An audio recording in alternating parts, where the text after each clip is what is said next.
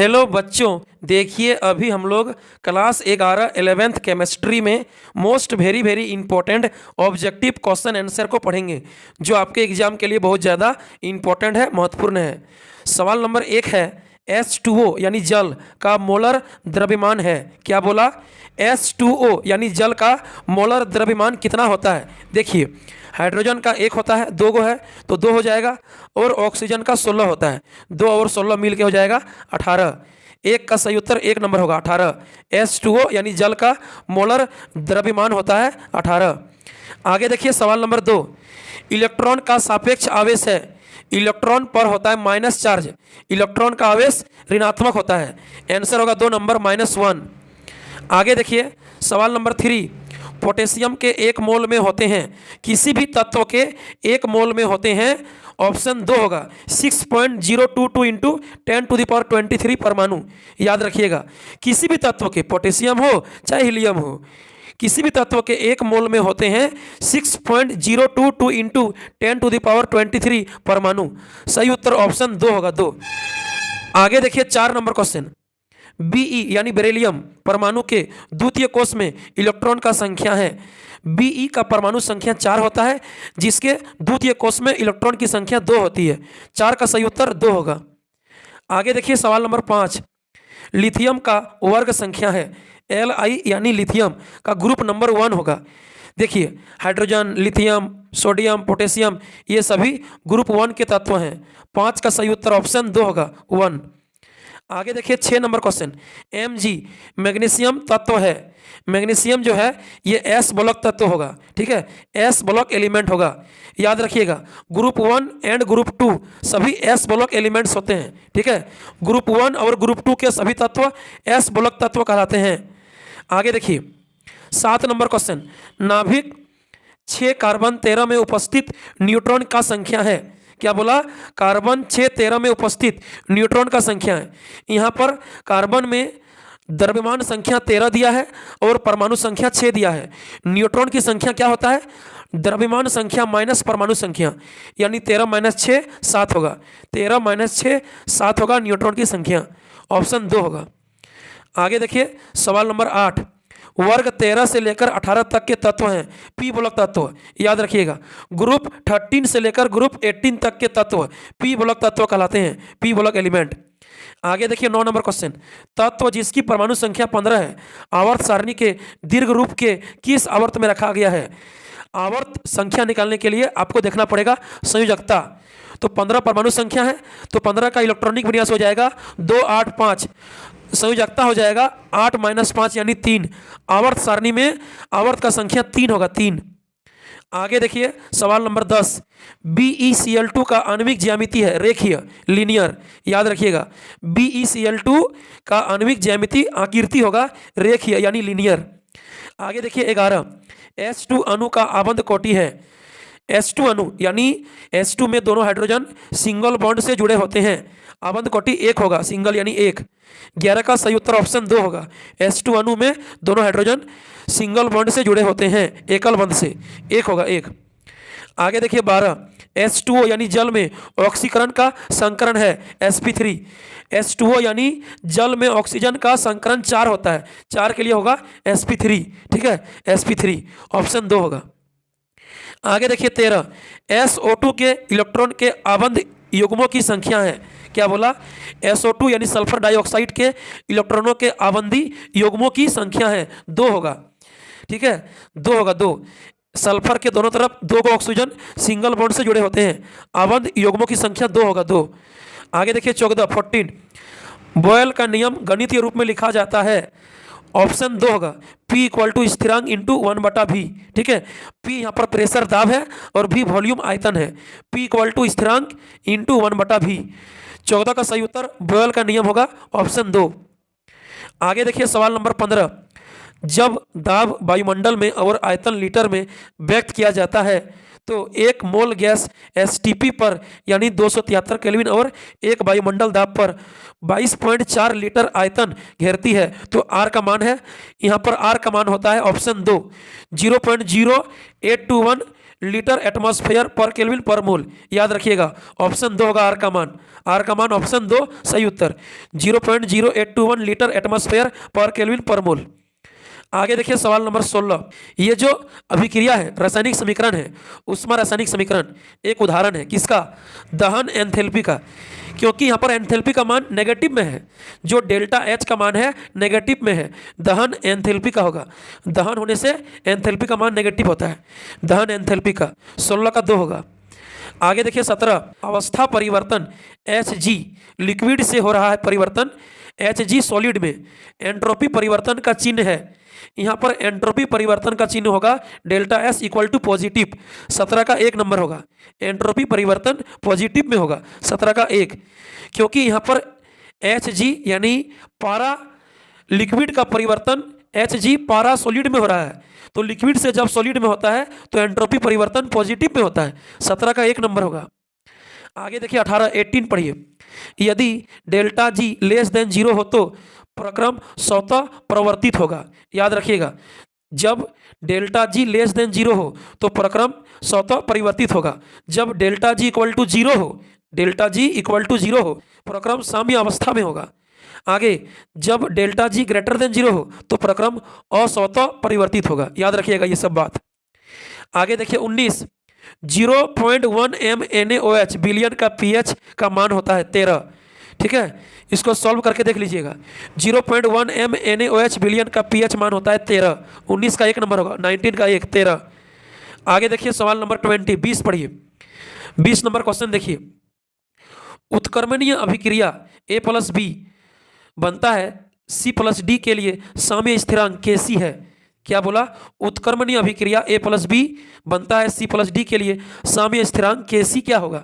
देखिए साम्य स्थिरांक Kc होगा उत्पाद बटा अभिकारक। तो उत्पाद क्या है C+D और अभिकारक क्या है A+B, तो साम्य स्थिरांक Kc इक्वल टू होगा CD बटा AB। ठीक है, उत्पाद बटा अभिकारक CD बटा AB। सही उत्तर 2 नंबर होगा ऑप्शन 2।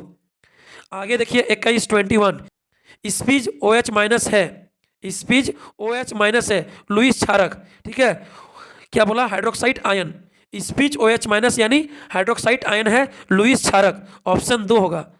आगे देखिए 22 ऑक्सीकरण है। ऑक्सीकरण में क्या होता है, किसी स्पीज द्वारा इलेक्ट्रॉन का निष्कासन होता है। ठीक है, और अपचयन में इलेक्ट्रॉन की प्राप्ति होती है। याद रखिएगा अपचयन बोलेगा, रिडक्शन बोलेगा तो किसी स्पीच द्वारा इलेक्ट्रॉन की प्राप्ति होगा, लेकिन ऑक्सीडेशन बोलेगा, ऑक्सीकरण बोलेगा तो किसी स्पीच द्वारा इलेक्ट्रॉन का निष्कासन होगा। ऑप्शन 1 नंबर होगा, 1 नंबर। आगे देखिए 23 पढ़िए। ये जो अभिक्रिया दिया है ये कौन अभिक्रिया है, बढ़िया से देखिए। 3Mg solid plus N2 gas heat करते हैं तो बनता है, गर्म करने से बनता है Mg3N2 सॉलिड। तो यहाँ पर दो को चीज मिलके एगो चीज बनता है, होगा योग अभिक्रिया। ठीक है, कॉम्बिनेशन रिएक्शन, योगात्मक अभिक्रिया। 23 का 2 होगा। आगे देखिए 24 पढ़िए। ये जो अभिक्रिया है इसमें सही उत्तर खोजिए। अभिक्रिया SO2 प्लस 2HNO3 बनता है H2SO4 प्लस 2NO2। इसमें HNO3 एक ऑक्सीकारक है। याद रखिएगा ये जो अभिक्रिया है इसमें HNO3 एक ऑक्सीकारक है, क्योंकि इसमें इलेक्ट्रॉन का कमी हुआ है। HNO3 में इलेक्ट्रॉन का कमी हुआ, इसलिए HNO3 एक ऑक्सीकारक होगा। याद रखिए, ठीक है, 24 का 1 नंबर होगा। आगे देखिए 25 पढ़िए। बोल रहा है प्रोटियम है। प्रोटियम कौन है, देखिए हाइड्रोजन का 3 समस्थानिक होता है, हाइड्रोजन का 3 आइसोटोप होता है, हाइड्रोजन का 3 आइसोटोप होता है। याद रखिएगा समस्थानिक यानी आइसोटोप, हाइड्रोजन का 3 गो आइसोटोप समस्थानिक होता है। पहला प्रोटियम 1H1, दूसरा ड्यूटेरियम 1H2, तीसरा ट्राइटियम 1H3। याद रखिएगा 1H1 यानी प्रोटियम, 1H2 यानी ड्यूटेरियम, 1H3 यानी ट्राइटियम। याद रखिएगा सही उत्तर 2 होगा, प्रोटियम होगा 1H1। आगे देखिए 26 पढ़िए। अभिक्रिया PbS solid plus 4H2O2 aqueous बनता है X प्लस 4H2O एक्वस में X है, X का नाम होगा PbSO4। ठीक है, इस अभिक्रिया में X जो बनेगा X का नाम होगा PbSO4। सही उत्तर 1 नंबर होगा। आगे देखिए 27 पढ़िए। अभिक्रिया OH का होल 2 प्लस CO2 बनता है X प्लस H2O में X है CaCO3। ये जो विक्रिया है इसमें X बनेगा CaCO3। ठीक है, 27 का 1 नंबर होगा। आगे देखिए 28 लिथियम है, एक क्षार धातु। लिथियम क्या है? एक क्षार धातु। लेकिन बोलेगा एक क्षार या मृदा धातु। यदि बोलेगा क्षार या मृदा धातु तो होगा मैग्नीशियम कैल्शियम। ठीक है, मैग्नीशियम कैल्शियम। यहाँ बोला है लिथियम क्या है? एक क्षार धातु। ठीक है, बोलेगा संक्रमण धातु तो होगा डी ब्लॉक एलिमेंट। संक्रमण तत्व होगा डी ब्लॉक तत्व। आगे देखिए 29 पढ़िए। वर्ग 13 का प्रथम सदस्य है। वर्ग 13 यानी ग्रुप 13 का सदस्य एलिमेंट का नाम है boron, aluminium, gallium, indium, thallium. ठीक है, boron, aluminium, gallium, indium, thallium. तो पहला तत्व होगा बोरान। 29 का होगा 3 बोरान। आगे देखिए 30 पढ़िए। 30 H3BO3 है, ऑर्थोबोरिक अम्ल। ठीक है, H3BO3 का नाम है ऑर्थोबोरिक अम्ल, ऑप्शन 3। आगे देखिए 31 CO है। CO क्या है? एक उदासीन ऑक्साइड है। कार्बन मोनोऑक्साइड क्या है? एक उदासीन ऑक्साइड है। 1 नंबर सही उत्तर होगा। आगे देखिए 32 ये जो आकृति है क्या है? बेंजीन है। ठीक है, ये जो आकृति है उसको बेंजीन बोलेंगे। जब बेंजीन में OH रहेगा तो उसको फिनॉल कहते हैं। जब बेंजीन में NH2 रहेगा तो उसको एनिलीन कहते हैं, याद रखिएगा। जब बेंजीन में CH3 रहेगा तो उसको बोलेंगे टोल्यूइन। जब सिर्फ इस तरह का आकृति रहेगा तो बेंजीन। बेंजीन में OH रहेगा तो फिनॉल। बेंजीन में रहेगा NH2 तो एनिलीन। ये सब बात याद रखिएगा। आगे देखिए 33 एल्कोहल का IUPAC समूह अनुलग्न यानी सफिक्स है। एल्कोहल में IUPAC समूह सफिक्स होगा ऑल। ठीक है, एल्कोहल में होगा ऑल। आगे देखिए 34 पढ़िए। 34 देखिए CH3 CH2 CH2 CH2 CH3 यानी 5 कार्बन का लंबी श्रृंखला है। 5 कार्बन सिंगल बॉन्ड में होगा पेंटेन यानी एन पेंटेन। जब 5 कार्बन सिंगल बॉन्ड में रहे तो कहेंगे एन पेंटेन। ठीक है, 34 का होगा 2 number pentane. 5 carbon single bond pentane. आगे देखिए 35 नाभिक स्नेही है, न्यूक्लियोफाइल है। नाभिक स्नेही कौन होता है? नाभिक स्नेही तो नाभिक के प्रति स्नेह, नाभिक के प्रति प्यार। तो नाभिक में होता है प्रोटॉन पॉजिटिव चार्ज, तो पॉजिटिव चार्ज नाभिक में होता है, उससे प्यार करेगा नेगेटिव चार्ज वाला यानी HS-। ठीक है, HS-। नाभिक स्नेही मतलब नाभिक के प्रति स्नेह, नाभिक के प्रति प्यार। तो नाभिक में होता है प्रोटॉन पॉजिटिव चार्ज तो उससे प्यार करेगा नेगेटिव चार्ज वाला। 35 का 1 नंबर होगा। आगे देखिए 36 IUPAC नाम बोलना है इस संरचना का, इस यौगिक संरचना का IUPAC नाम बोलना है। IUPAC नाम क्या होगा खोजिए। पहले आपको लंबी श्रृंखला खोजना है। ठीक है, तो लंबी श्रृंखला बाएं से होगा। एल्कोहल ग्रुप को प्राथमिकता देते हुए लंबी श्रृंखला बनेगा बाएं तरफ से। 1 2 3 4 कार्बन का लंबी श्रृंखला। ठीक है, 2 नंबर कार्बन पर मिथाइल ग्रुप है और एल्कोहल ग्रुप है तो बोलेंगे 2 मिथाइल। 4 कार्बन के लिए ब्यूटेन 2 ऑल। ठीक है, 4 कार्बन ब्यूटेन, 2 नंबर में मिथाइल है, 2 नंबर में ऑल है, माने एल्कोहल ग्रुप है तो क्या बोलेंगे 2 methyl butane 2 all. 2 methyl butane 2 all. Answer होगा 1 नंबर सही। आगे देखिए 37 पढ़िए। प्रोपेन के विरेचन के लिए किस अम्ल के सोडियम लवण की आवश्यकता होगी? प्रोपेन प्राप्त करने के लिए सोडियम लवण कौन सा लगेगा? कौन सा सोडियम लवण का आवश्यकता होगा? देखिए इस अभिक्रिया में 1 कार्बन कम होता है। प्रोपेन बनाने के लिए हमको ब्यूटेनोइक अम्ल का जरूरत पड़ेगा। ब्यूटेनोइक अम्ल के सोडियम लवण की आवश्यकता होगी। ठीक है, बोलेगा इथेन तो प्रोपेनोइक अम्ल लगेगा, बोलेगा मीथेन तो एथेनिक अम्ल लगेगा। याद रखिएगा इस अभिक्रिया को बोलते हैं डी कार्बोक्सिलेशन। D carboxylation. ठीक है, इसको बोलते हैं डी कार्बोक्सिलेशन। इसमें 1 कार्बन कम होता है। ठीक है, तो प्रोपेन बनाएंगे तो प्रोपेन बनाने के लिए ब्यूटेनोइक अम्ल का सोडियम लवण लगेगा। बोलेगा इथेन, इथेन बनाने के लिए लगेगा प्रोपेनोइक अम्ल का सोडियम लवण। बोलेगा मीथेन तो एथोनिक अम्ल का लगेगा सोडियम लवण। इसमें 1 कार्बन कम होता है, इसको बोलते हैं डी कार्बोक्सिलेशन। ठीक है, इसमें 1 कार्बन कम होता है। आगे देखिए 38 पढ़िए। प्रोपीन का ओजोनी अपघटन देता है। प्रोपीन का ओजोनी अपघटन करेंगे यानी प्रोपीन का ओजोनोलाइज करेंगे। ओजोनोलाइज में क्या होता है? डबल बॉन्ड तोड़ो ऑक्सीजन जोड़ो। ठीक है, डबल बॉन्ड तोड़ो ऑक्सीजन जोड़ो तो इसमें बन जाएगा तुम्हारा एथेनल मिथेनल। ठीक है, एथेनल मिथेनल बनेगा, याद रखिएगा।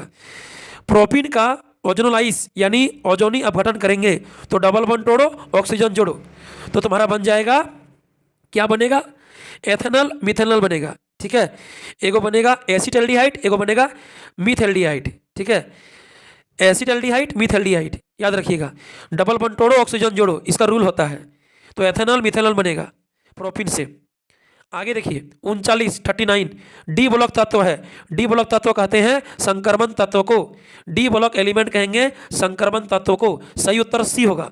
डी ब्लॉक एलिमेंट कहा जाता है संक्रमण तत्व को। आंसर होगा सी। आगे देखिए 40 लेंथेनोइड एवं एक्टिनोइड तत्व कहलाता है एफ ब्लॉक एलिमेंट। ठीक है, लेंथेनोइड एवं एक्टिनोइड तत्व कहते हैं एफ ब्लॉक एलिमेंट को। 40 का सी होगा, 40 का सी। आशा करते हैं वीडियो अच्छा लगा होगा। सबको वीडियो को शेयर कीजिए जल्दी से जल्दी।